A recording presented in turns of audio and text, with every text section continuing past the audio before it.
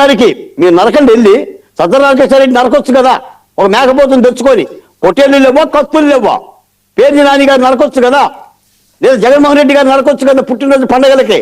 ఈ రోజున రక్తపాతాలు సృష్టించి మీరు రాష్ట్రాన్ని భయపెట్టి పీపీపీ విధానంలో వచ్చే వాళ్ళను కూడా మీరు బెదిరింపులు గురి చేస్తే చట్టం ఊకుంటుందండి వర్మ గారు? అది చట్టం కాదా? పోనీ మీ చుట్టమా? తప్పనిసరిగా కఠినమైన చర్యలు తీసుకుంటాం. నేను ఒక మాటే చెప్తున్నాను సార్, ఏదైనా పద్ధతిగా మాట్లాడాలి. మహిళలైనా పురుషులైనా ఏ పార్టీ అయినా, అది వైసీపీ అయినా నేనైనా ఈ డిబేట్లో ఉన్న వాళ్ళైనా పద్ధతిగా మాట్లాడుతున్నాము. విషయం ఉంటే మాట్లాడండి, సమాధానం చెప్పి తీరుతాం. తెలుగుదేశం పార్టీ కానీ, కూటమి ప్రభుత్వం కానీ, జనసేన కానీ తప్పు చేస్తే తప్పును విమర్శించండి.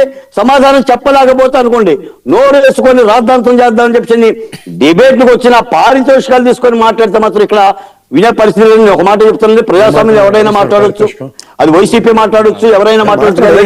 పద్ధతి తప్పి మాట్లాడితే చట్టం లేదండి. ఈ రాష్ట్రంలో శాంతి భద్రతలు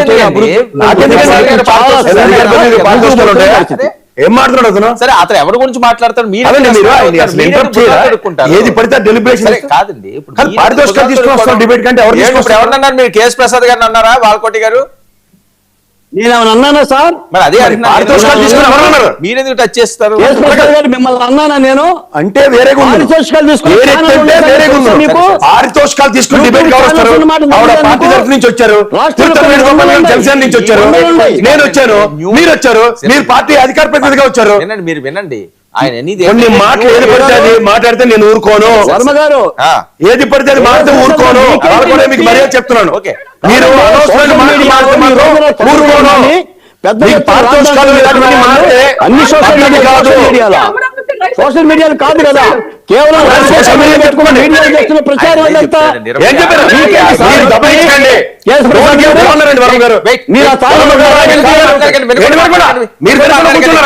మీరెందుకు మాట్లాడతారు?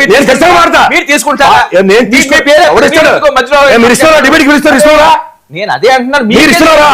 మీరు భుజాలు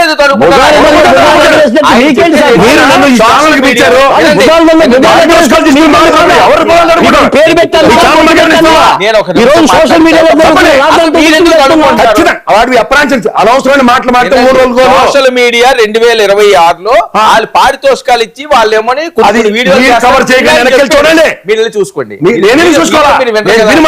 వీడియో వింటారు కదా, అది నేను ఖచ్చితంగా అదే.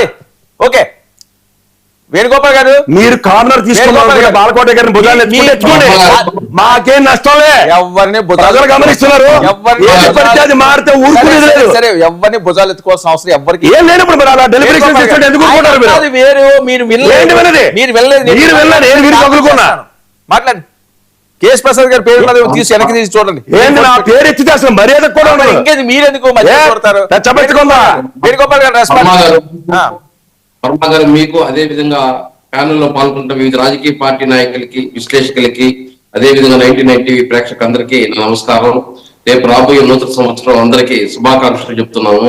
అదే విధంగా ఈ రోజు ఏదైతే 2025లో ప్రతిపక్షాలు ప్రతిరోజు అభివృద్ధి ఎక్కడ, సంక్షేమం ఎక్కడ, అదే విధంగా లా అండ్ ఆర్డర్ ఎక్కడ అని విమర్శిస్తా ఉంటారు ప్రతి డిబేట్ ఛానల్లో.